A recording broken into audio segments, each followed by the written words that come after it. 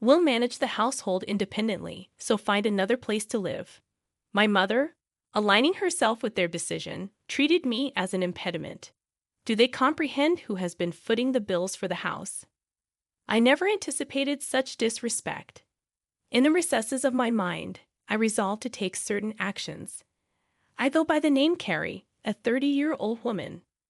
Currently, I reside in my parents' home. After returning from college, initially, I ventured into the corporate world to forge my path. But the challenges overwhelmed me, prompting my return home. While initially navigating unemployment, I explored work-from-home opportunities. Armed with a scientific background, I embarked on a freelance engineering career, commencing with modest projects. The income was meager, yet the experience of working independently was profoundly meaningful. In stark contrast to conventional employment, I could generate ample income without excessive social interaction. As my confidence grew, so did my workload and earnings. Within a year, my income rivaled that of a regular corporate employee. However, the predicament lay in my parents' understanding, especially my mother's reluctance to embrace my work-from-home lifestyle. My father grasped my explanation, but my mother, rooted in traditional beliefs, harbored apprehensions about what she couldn't fathom. Despite my earnest attempts to elucidate, my mother persisted with questions like, "How long do you plan on staying home?" and insinuations about the legitimacy of my online work. Despite presenting evidence of client emails and salary statements, my mother remained unconvinced. She suspected it to be some shady business or involvement in a dubious religion. Despite the consistent payments and the legitimacy of my job, despite my detailed explanations, my mother remained steadfast in her skepticism. She continually expressed concerns about the possibility of relying on unemployment benefits, emphasizing their impermanence. Although I had contemplated living independently, my savings were not yet sufficient. Around that time, my father's health took a toll with deteriorating legs and back, necessitating nursing care. Facing an early retirement and sudden income loss, my father assured me that his pension would suffice. However, acknowledging my mother's spending habits, I questioned his ability to manage. His face wore the fatigue of anxiety about the uncertain future. My father had supported me through college and even when I returned home due to mental health challenges. The idea of leaving him alone and continuing to live independently troubled me. My mother, too, grappled with confusion over my father's sudden condition. Contemplating the situation, I felt a sense of responsibility and a desire to give back. Reassuring my father, I pledged to support the family from that point onward. He expressed surprise, doubting my income's adequacy, but I confidently showed him my stable financial situation. Grasping the reality, my father, who had always understood my circumstances, was taken aback by my newfound stability. Encouraged by his understanding, I offered to help with household expenses, medical bills, and other financial obligations.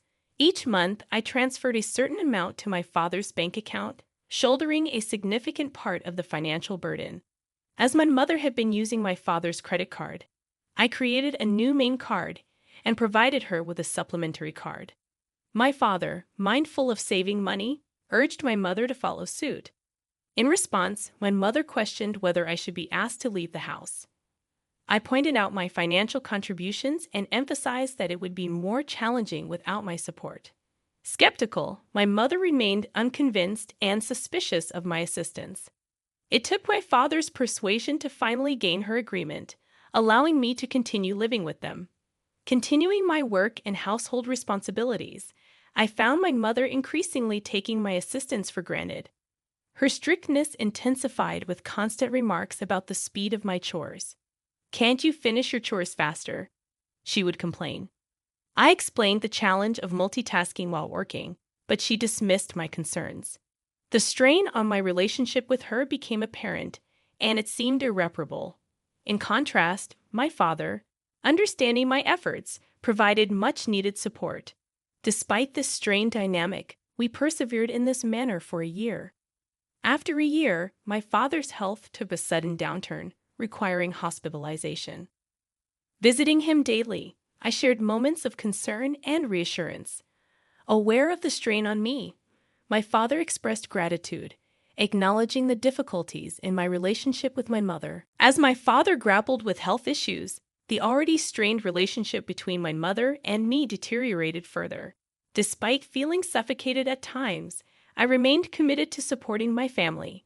Recollections of my mother's past efforts, especially during my student days, kept me steadfast in this commitment.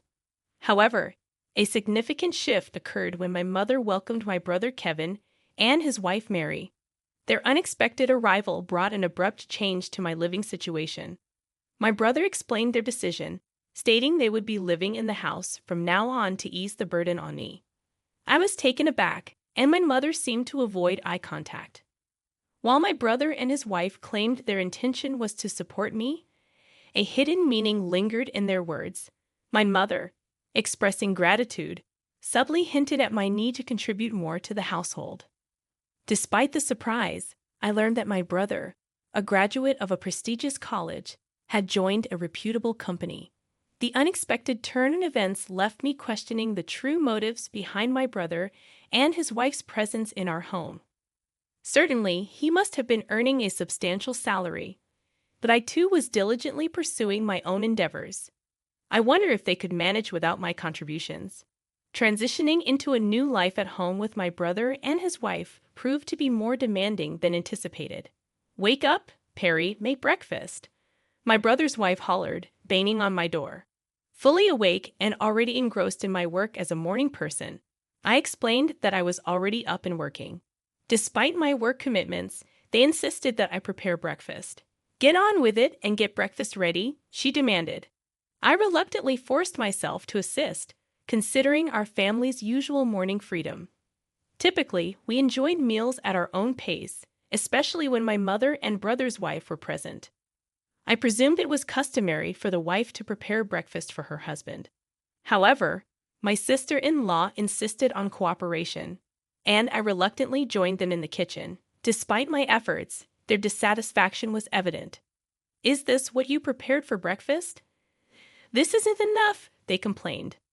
I had meticulously crafted a breakfast plate featuring soft scrambled eggs, a refreshing lettuce salad, fresh buttered toast, and a succulent sausage, thinking it would be well received. However, it seemed I had missed something. "You don't have to eat it," I retorted, but their surprise was palpable. Their reaction turned confrontational, questioning my attitude and who I thought I was.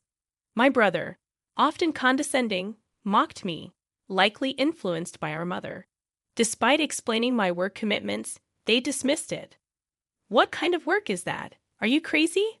they exclaimed. Frustrated by their lack of understanding and the impact on my work, I packed my laptop, ignored their protests, and left the house.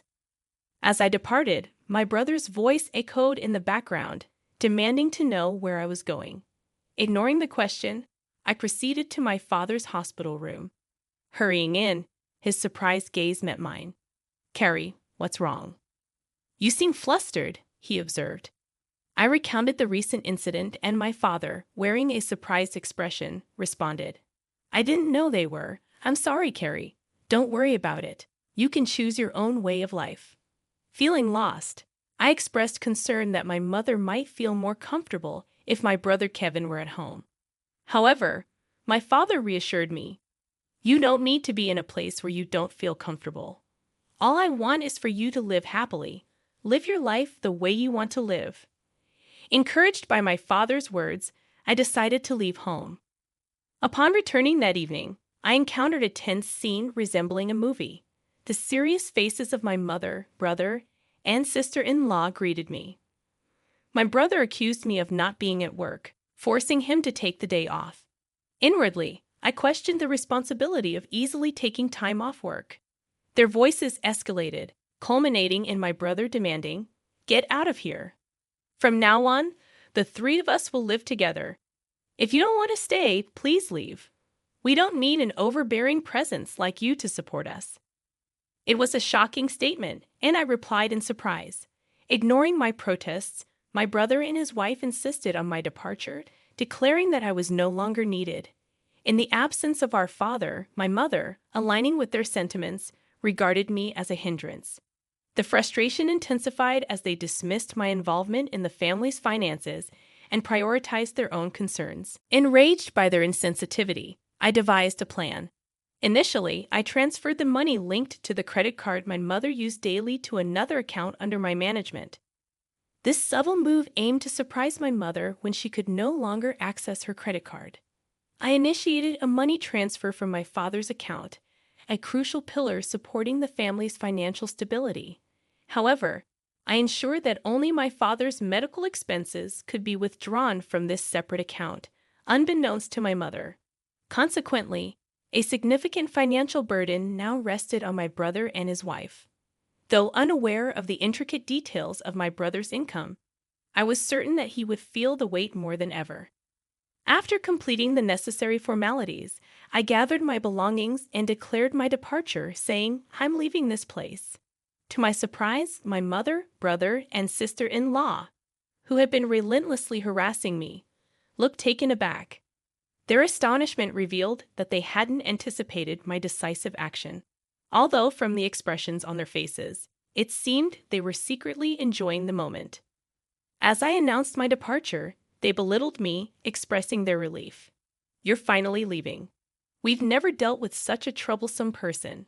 You're not coming back, are you?" In response, I asserted, "Of course not. Don't contact me." They smiled as I left the house, but I couldn't help but wonder what they would think after I had left. Embarking on a new life in a tranquil environment, I found solace and the freedom to enjoy my own time. Refreshed and focused, I immersed myself in my work. However, as expected, a call from my brother disrupted the peace. "I told you not to contact me. What's wrong?" I questioned. His voice conveyed surprise and urgency as he inquired about my involvement in the family's financial transactions. Confirming my role, I reminded him that I had mentioned my work several times, but neither he nor our mother had believed me. Expressing confusion, he admitted, "Well, Mom said a lot of things, and I was a little confused." Refusing to acknowledge that it wasn't my fault, he revealed a financial predicament. With my absence, they struggled to manage expenses, and my mother's spending had exacerbated the situation. Though sympathetic, I asserted, "I was able to support you in many ways because I was at home. I'm not there anymore, so you have to handle it, Carrie." I found myself in an unexpected situation when my brother urgently requested assistance in transferring money to his bank account. Perplexed, I asked if he was joking, given that he worked for a sizable company. However, to my surprise, my brother confessed that he had been fired from his job due to a significant mistake. His revelation left me speechless, and I realized that he might have returned to our parents' house assuming there was enough money available. Perhaps he relied on the notion of a stable pension following our father's retirement.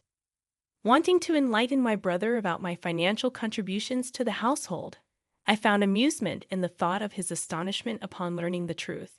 His wife and my mother joined the plea for financial aid, claiming they were on the verge of running out of savings. My mother even revealed that my father refused to contribute to household finances any longer. In response, I firmly declared that I had supported them enough, urging them to work hard and support themselves. I severed communication, emphasizing my decision to distance myself from their financial struggles. My father, recognizing the strain in his relationship with my mother, consulted a lawyer and opted for a quieter life in a different place. While I continued to visit my father daily, a friend shared my brother's recent struggles. He had moved into a modest apartment, leading a frugal life. My mother, once a homemaker, faced challenges in her sudden job, while my brother found it difficult to adapt to the opinions of his cyber colleagues. Despite his wife's efforts, she succumbed to the pressure and departed, leaving my brother and mother to navigate their challenges together. Concerns lingered for my mother, who maintained her habit of overspending, accumulating debts. However, I recognized my limitations in offering assistance. Focused on my own endeavors, I worked diligently in a comfortable living space, gradually accessing more resources. Contemplating new ventures, I aimed to spend quality time with my cheerful father, appreciating every moment with him.